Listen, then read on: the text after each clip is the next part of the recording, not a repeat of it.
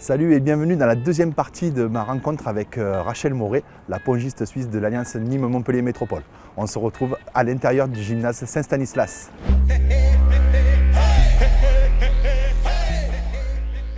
Rachel, donc on continue notre interview toujours dans le complexe sportif Saint-Stanislas. Cet été, il y a eu un grand moment dans la carrière de sportif et dans ta carrière, c'est Tokyo. Tu es devenue la première joueuse suisse depuis 1996 et les JO d'Atlanta à te qualifier pour des JO. Allez, avec une petite fierté de plus, la première vraie Suisse, puisqu'en 1996, c'était une joueuse chinoise naturalisée. Ça a été vraiment une grosse fierté pour toi de te qualifier pour ces Jeux Olympiques?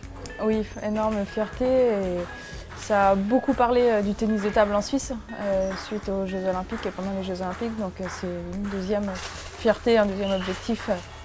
C'est, je pense, vraiment très bien pour le sport, pour le tennis de table en Suisse en tout cas. Tu as passé le premier tour face à une Brésilienne. Le deuxième tour, tu réussis un bel exploit. Tu bats Pota qui est classé 33 places devant toi. Et ça te donne le droit de jouer au tour d'après, au troisième tour, la numéro 1 mondiale. Raconte-nous un peu comment tu as vécu ça de l'intérieur. C'était incroyable. J'ai joué cette Brésilienne que je connaissais bien, qui a joué de longues années en France. Donc je savais que c'était pas un match si simple pour moi. J'ai fait plutôt un bon match pour un premier match aux Jeux Olympiques. On m'a dit fais attention, c'est pas la même pression, etc. Donc plutôt bien géré. Et j'ai joué plusieurs fois Pota. Elle a été longtemps dans le top 20 mondial. J'ai joué plusieurs fois, j'avais jamais gagné, parfois un peu serré, mais et là j'ai fait, je pense, un de mes meilleurs matchs de ma carrière.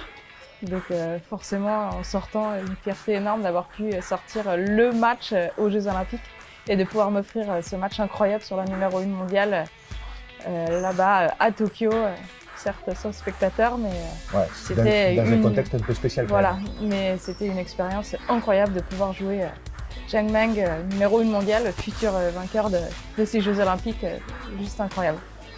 J'imagine, forcément je te pose la question, mais je connais déjà la réponse. Tokyo, c'était un rêve, une fierté. Allez, dans 3 ans, il y a Paris 2024. Tu auras 35 ans. Tu y penses quand même? C'est dans un coin de ta tête? C'est clairement le prochain gros objectif. Je pense qu'au tennis de table, surtout chez les filles, l'âge moyen est vraiment à 34-35 ans. Donc je serai... Et là, j'étais de loin pas du tout la plus vieille à Tokyo déjà. Donc si physiquement et mentalement ça tient jusqu'à Paris, l'objectif est de se qualifier. Oui. Alors je vais terminer cette interview, je vais terminer toujours un peu de la même manière, un peu avec la même question. Rachel Moret, toi tu es 24 fois championne de Suisse. Alors simple, double, mixte réunis. Tu as participé donc aux Jeux Olympiques, tu as commencé le ping-pong, tu avais 14 ans. Tu as fait des championnats du monde, tu as fait des championnats d'Europe. Qu'est-ce qu'on peut te souhaiter maintenant?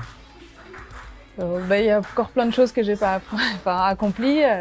Une médaille au championnat d'Europe ou du monde, ça serait incroyable, ou même aux Jeux Olympiques, suivant le tirage. Et aller encore plus haut avec le club, essayer d'aller justement à cette Europe League ou Champions League, ça serait incroyable pour le club. Accrocher l'Europe avec Nîmes, oui, avec Nîmes Montpellier, voilà, ça serait des objectifs. Oui, voilà, en tout cas par équipe et après des objectifs individuels, mais c'est la dernière petite chose qu'ici à Nîmes, je pense qu'on a prouvé qu'on arrivait avec l'Alliance à faire de belles choses et je pense que l'étape supplémentaire, ce serait l'Europe. Merci Rachel de nous avoir reçus écoute, dans ta deuxième maison. Merci à vous. C'était un très bon moment et j'avais envie de parler de tennis de table avec toi parce que tu es quelqu'un pour moi de très important dans le sport gardois, dans le sport nîmois.